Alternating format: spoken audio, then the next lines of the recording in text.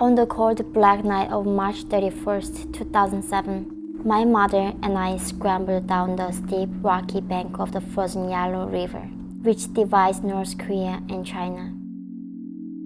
There were patrols above us and below, and guards posted 100 yards on the either side of us, manned by soldiers, ready to shoot anyone attempting to cross the border. We had no idea what would come next. I was 13 years old, but we were desperate to get to China, where there might be a chance to survive. The young North Korean smuggler who was guiding us across the border insisted we had to go that night. He had paid some guards to look the other way. I followed him in the darkness, but I was so unsteady that I had to scoot down the bank on my bottom, sending small avalanches of rocks crashing ahead of me. Our guide made a phone call to someone on the other side, the Chinese side, and then whispered, "Run." Hi, I'm Todd Cranen for Reason TV. I'm here with Yeonmi Park. She is the author of In Order to Live, A North Korean Girl's Journey to Freedom. Welcome to Reason TV. Hi. Hi, thank you so much for having me. You grew up, at the time you grew up, the years, was a really historical moment in North Korean history. Just following the collapse of the Soviet Union, it was famine widespread. And I was wondering, can you talk a little bit about that? Can you talk a little bit about what life in general was like in North Korea when you were growing up? My life was kind of roller coaster. When there was a time my father in a party, so he could able to feed us properly, so I had 3 meals in a day. And there was a time where I didn't have much things to eat, but beyond that, the life in North Korea, seeing dead bodies on the streets and seeing hungry children on the streets, and that was very normal life for me, and I never thought that was weird or that was sad thing. And your father had a sort of a mid-level job in the government, officially. That was his official job? He had a kind of, official job for a very short amount of time, but he could not be there because of his poor sangbun, which is social caste system, and he worked in the bottom and worked in the black market mostly. What did he do in the black market to make ends meet? In the beginning, he sold everything. He sold the cigarettes, so he bought the cigarette in the border area, and then bring it to the country, so he could make a profit out of it. And he was caught and arrested for this. Yes. How was he caught, and what was his punishment? What happened to him? We didn't know what his sentence was. We didn't know what his trial was. But in North Korea, the government just arrest them, torture them, and send them to prison. And the family member did not even get invited for the trial. How long was he in prison? He went sent to 1 year labor camp, and he went to labor camp for 10 years. So total 11 years of sentence, and he served 3 years of. And was that your motivation for leaving North Korea? Was that when you said we got to go, or when your family said? Yeah, I think it was the kind of biggest motivation, because once my father became prisoner, I was also marked as a criminal in that society, because my father's crime is my crime, and therefore my blood tainted in that society. But you didn't know what's on the outside, right? You don't know what's outside North Korea, so how do you know it's going to be better in another country? When I was in North Korea, I saw outside the medias, and then I watched Chinese movies and Chinese advertisement, and there I saw fat kids. People look big, and they had lots of food, and they have advertisement. In North Korea, we don't have advertisement for the people. We don't have anything to sell except the propaganda. And also I lived in the northern part of North Korea, so I could see the lights from Changbai, the China side. And I was always wondered what the lights, why we don't have lights in North Korea, but why China has lights. And I believe somehow if I go to China, then they might have enough food for me to eat. it's interesting that advertising did it to you too, as well. Yeah. Right? In the West, we kind of disregard advertising as having no value, right? No redeeming value. But to you, you actually say that it was an important. To me, was because I could not believe something talks about rather than the regime and the propaganda.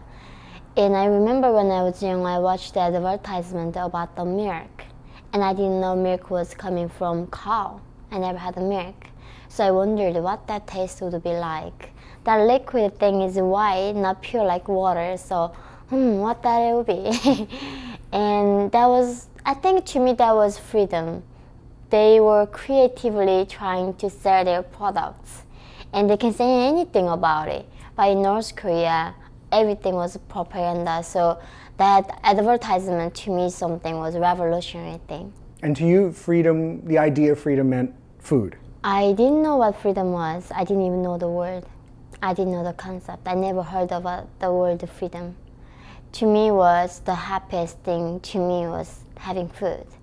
And when I was young, I never dreamed for being a president or prime minister. My dream was having a warm bucket of bread, and that's all I dreamed. So can you tell us just briefly about the crossing over mountains and rivers? So once my father got out from the sick leave, so he was very sick and he got out from the prison to get the treatment, and my family went really hungry. We ate frozen potatoes, grasshoppers, and we could not feed us in North Korea. So my sister left with her friend first, and my mother and I were trying to find her. But when we found the lady that my sister left a note that find this lady, and I went found her, and then I told her that I want to go to China too. And somehow, for some reason, she said, I can help you with that. Haesan is a border area, but if we cannot just cross anywhere because the border guard is watching us and they would shoot us. So we had to go to cross the mountain or like big hill, and then we went to cross the frozen river. And we bribed the border guards, but we didn't. The man who was helping us bribed the guards, but we cannot bribe every guard because 100 meters, guards, and the dog was like barking. So somebody who would shoot us from there. Even these guards bribed it, so it was very scary. I thought I was gonna be shot. And it's not like once you get into China, everything is great, right? Everything is actually really hard once you get into China. Yeah. And once, I know you had a lot of hardships there, but once you get your bearings in China, then what do you do? Are groups typically helped by missionary groups or Christian groups? Or do the people, that's what I hear sometimes, or do the people of China come to your help? What happens once you get there and you realize you have to eat, you have to live? I didn't know I was coming, and I was 13 years old. And when I got there, the first thing I saw was my mother raped. And the guy who took us to China was a human trafficker, and he tricked us. So when we arrived in China, the Korean ethnic Chinese man was waiting for us. And then he was trying to rape me, and my mother protected me from there. And then we found out that if we want to stay in China, we have to be sold. Unless then we can go back to North Korea. But that means if I go back to North Korea, I will be imprisoned or dying from the starvation or disease, so I could not go back. And so how do you survive? And first of all, what is your goal? Where are you trying to go at this point? I didn't escape for freedom. I didn't escape for anything like that. I escaped for a bottle of rice. North Korea is so hard, and you don't think too much. You just want to survive. And we just crossed the river. And when we got there, they say, if you want to live in China, you gotta be sold, and you have to get married to a Chinese farmer. And if you don't want, you can go back. But I know I'm gonna die if I'm going back to North Korea. So my mother also being sold for a farmer, and her price was $65 at the beginning, and I was also sold for $26. and we were both separated from that moment. But at some point you decided to cross to make it to Mongolia, to go to Yeah, Mongolia. after 2 years of living in China, hiding, and that during that time, the man who bought me, he offered me a deal that if I become his mistress, he would bring my mother and he would bring my father from North Korea. So I accepted the deal from him. So I became his mistress, and my father came to China, but he had a untreated lung cancer, so he passed away. So I had to bury his ashes in the middle of the mountain. And then after 2 years, the man who bought me, for some reason, he let me go. So my mother and I was free. And then we met Chinese missionaries, the Christian missionaries in China. And they told us how we can go to South Korea.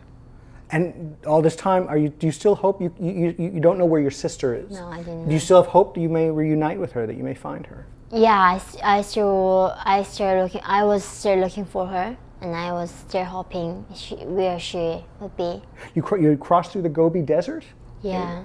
Tell us about that a little bit. It was 2009, and somebody told me if you go to South Korea, you will be free. You can wear jeans, which I'm wearing today. You can dye your hair, and you can watch movies without getting arrested. And I thought, wow, that is great. That's so cool. To me, that was freedom, not the freedom of expression, freedom of speech that we are talking about in this country.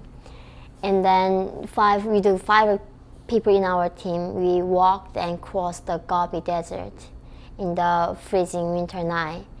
And we followed the compass. And then later we could not use compass, so we followed the stars north until freedom. So for those of us who have never been to the Gobi Desert, which is almost all of us, just paint a little picture. What is the Gobi Desert like when you're not just going there as a tourist, when you're actually going there to survive? So I heard about desert. They said lots of sand is gonna be there. And the moment I stood on the desert, nothing. Just nothing. Sand, just straight. And it's endless space. And I felt only the stars were with me. And I felt this even earth, this universe abandoned us. And where were you even headed in the Gobi Desert? They told us if we had a compass, so if you go to north and west, between north and west, follow there. And if you go straight, and if you cross the 8 or something like wire fences, that will be Mongolian territory. Then you have to find the Mongolian soldiers or Mongolian people and tell them you want to go to South Korea, you are from North Korea. So we were crossing the wire fences and we were crawling and walking and running. But it was 2009 and it was end of February or beginning of March. So it was freezing cold. And you did reach the border at one point, and you did get arrested. The guard. You got arrested essentially. Yeah. And so how do you deal with that? Yeah, when I arrested, the guard was reaching gun and pointing at me, put your hands up, and I was so thankful because I met somebody in the desert. I said, thank you. I was speaking Chinese. Say. And they're like, no, you are gonna go to China. And we were surprised because we thought if we go to Mongolia, they will save us. But they were saying they will send us back to China and then go to North Korea. So we had begging them, and we told them, if you send us back, we will kill ourselves. Because we were ready to kill ourselves. We brought the lasers, we brought poisons, and we were ready to kill ourselves if we were going to be sent back to North Korea. And they didn't send us back, and they put us in a kind of prison, kind of some camp for several months, and then we flew to South Korea. This is your first taste of a wealthy country, and I'm wondering what is your first experience of that? What do you think of that? Everything was shining. Everything was shining. And I went to bathroom and I couldn't believe because they had a toilet paper and it had flower print on it. And the smell was so good. So I thought, I don't want to use that for that purpose. It's so fancy. Yeah. And I stored a little bit with me. And I just could not believe because people were wearing, the girls like, young girls wearing like a mini skirt. They're having like a small thing with their hands, which is cell phone. And everybody was so fancy. Just like the advertisements that you Yes. watched. Just like, what it was, when you saw it, it was like, this is like television that I remember, or the DVDs that I saw? Or maybe fancier than that. Really? Because, yeah, I didn't think that was real what I saw in TV. Because in North Korea, everything on TV is lying. So I thought also maybe in the West, on TV, lots of things lie. Not the real life is not gonna be like that. In the real life, people not gonna have a notebook, people not gonna have a car, you know. Only in TV, people are having it, like North Korea. But here, reality was like a TV. How were you able to reunite with your sister? More than a year ago, she came to South Korea, and then she found us at the NSC, the National Intelligence Center. What is that? What is the National Intelligence Center? They investigate you if you are a spy or not. And then because they have to check your background, and I registered who's my sister, who's my father, where I did grow up, and my sister did the same thing, and they like saw, oh, this matches, and do you have your mother name is this, your sister name is this, and they contacted us. And what was that day like when you saw your sister again? I had no idea there, and I got a phone call from my mother, and she was crying. And your sister's here, but there was lots of times people were tricked us and they asked us money for that. And I thought it was another thing like that. So I didn't trust her, like, what do you mean? My sister is here and she was this time's real. I was just screaming. I just could not believe that was really happening. So a couple of years ago, I interviewed another famous North Korean defector by the name of Shin Dong-hyuk, who you know, who is a friend of yours. Yes. Well, I was born in a political prison camp in North Korea. I was expected to just do manual labor and to work. And I had no concept, I had no rights, I had no concept of what human rights were. I was destined to live and die in this prison camp. The North Korean government came after him, and really hard. They tried to discredit everything he said. They tried to humiliate him and embarrass him nationally. And I'm wondering, are you prepared for that? You say that the North Korean government has come after you a little bit. Oh, they came after me more than that. Yeah. Tell me about that. I have told my story many times, and I was not perfect, and I was hiding a secret. For the first time, I wrote down this whole story that I was trafficked. I was raped at the age of 13. And it was very hard for me as a girl who, I have dream, I want to be a normal someday. I want to have family. I want to have baby. That's my dream. But I thought if I admit what had happened to me, I thought nobody was going to see me as a normal person. Especially in Asia tradition, the purity, virginity as a woman is everything. And to me, I thought if I reveal that, it's gonna be the end of the world. I will forever lose the chance to be normal again. So I was hiding my secret tightly.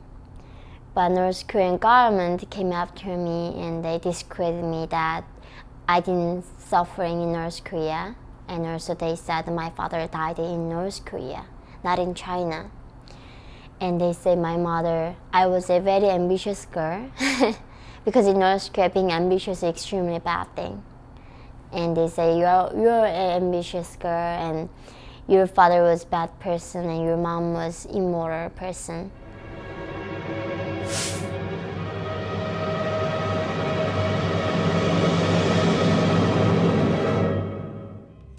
As you can see, both Park and her mother have admitted that they have no idea what they're talking about the human rights situation in North Korea.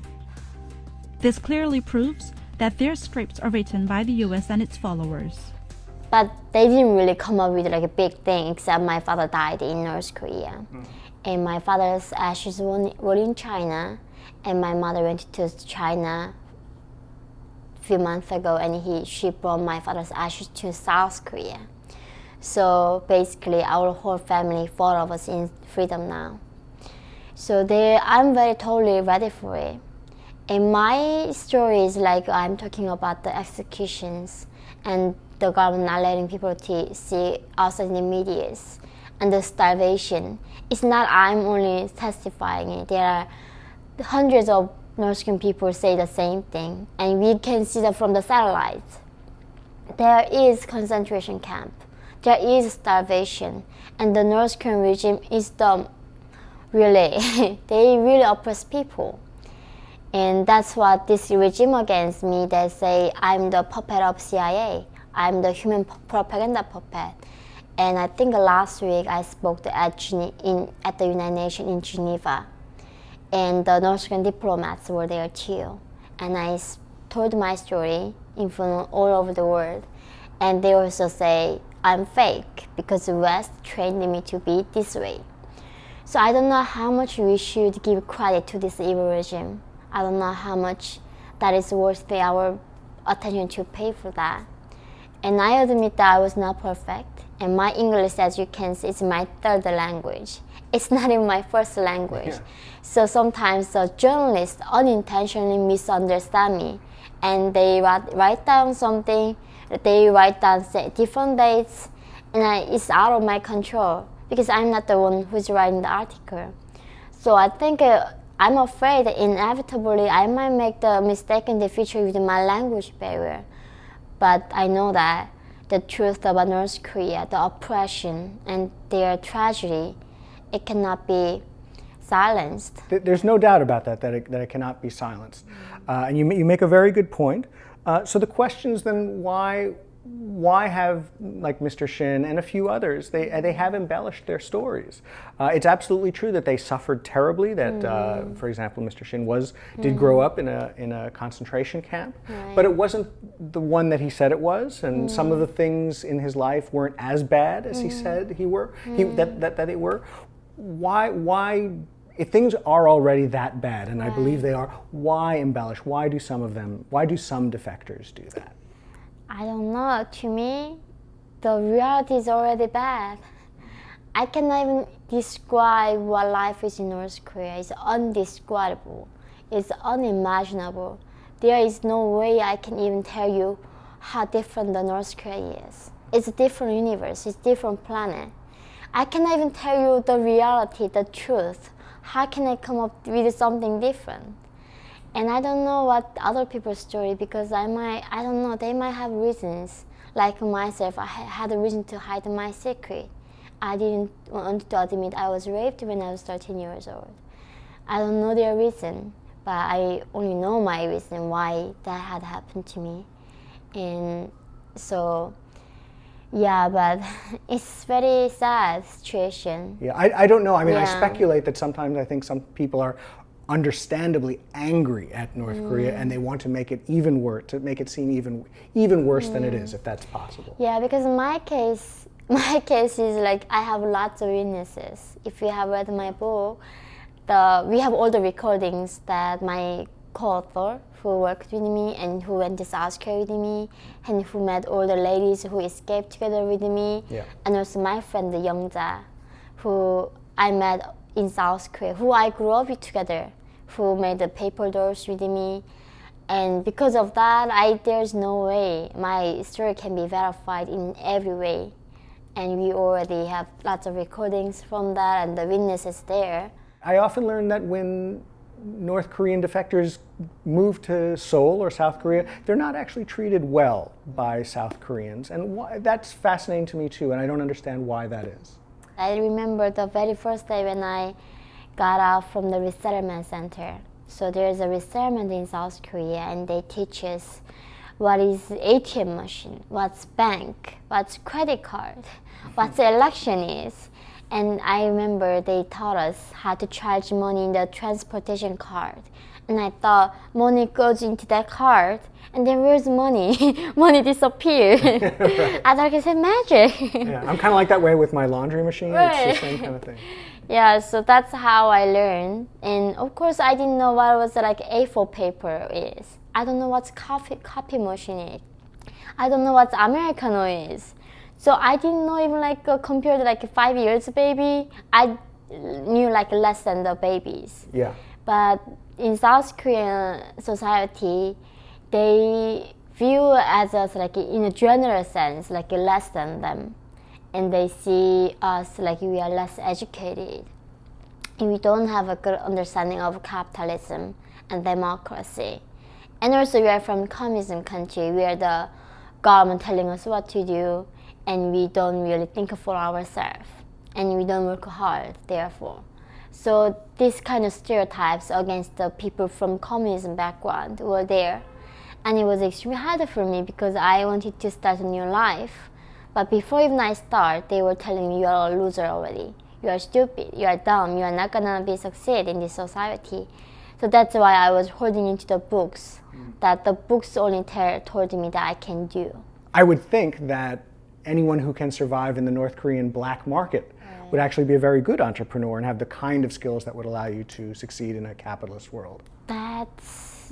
Is that true? That is debatable. That's debatable? Yes, because I did a black market business too when I was 11 years old. I sold the persimmons in the market, but I don't have any entrepreneur idea here. Really? I see. I'm surprised to hear that because you're kind of a media personality and a media star. You're on television a lot in South Korea, or you have been. You certainly have a big social media presence. You're a good salesperson. No, I am not. Yeah? Yeah, so I'm sure in North Korea also people have to find their way to survive. And that is driving in North Korea, this young generation evolving in this unique way. They finally started thinking for themselves in North Korea, which were not allowed in North Korea because the government is providing them food, but the people now, they don't need the food from the government. And this kind of gives them some freedom, independence from the government, and people can think for themselves finally. And this trading gives them this opportunity to learn about the capitalism and trading. And so I'm very positive and very optimistic that these young people in North Korea, they will thrive and more, and they will bring the change in their country. What do you think about Americans and people from the West visiting North Korea as tourists? This is happening more and more now. As a North Korean defector, to me, and I was not elite when I was North Korea. I was now sitting in the bench, going to a restaurant, have a McDonald's or having a pizza, right? I was starving and eating the dragonflies, eating the plants, and that was my life. And I remember how my father tortured. And my father died without knowing even this kind of democracy exists in the world. He didn't even know this much food was available in the world. And if I had things that Americans throw away, I would never escape from North Korea. That's how much we were desperate. And I was raped when I was 13 years because I was born in North Korea. I have nothing done wrong in the world. My crime was just being born in North Korea. And so many people going through this now. And to me personally, when the people pay money, go there, and they believe any kind of exchange is great. And this will help the people inside North Korea. And to me, it's like you are going to see the part that only governments want you to see, right? It's kind of you are visiting Kim Jong-un's yard and see I saw North Korea. So some people, they misunderstand North Korea and they say, I saw amazing things, people happy there, they have lots of food. But some people, they learn the oppression and they see how much freedom is not there. They see the suffering from people and they raise more awareness once they go to North Korea. So I don't think this is black and white issue. The name of the book is In Order to Live, A North Korean Girl's Journey to Freedom. I've been here talking with Yeonmi Park. Thanks for talking. Thank you, I'm so honored. My pleasure. I'm Todd Cranen for Reason TV.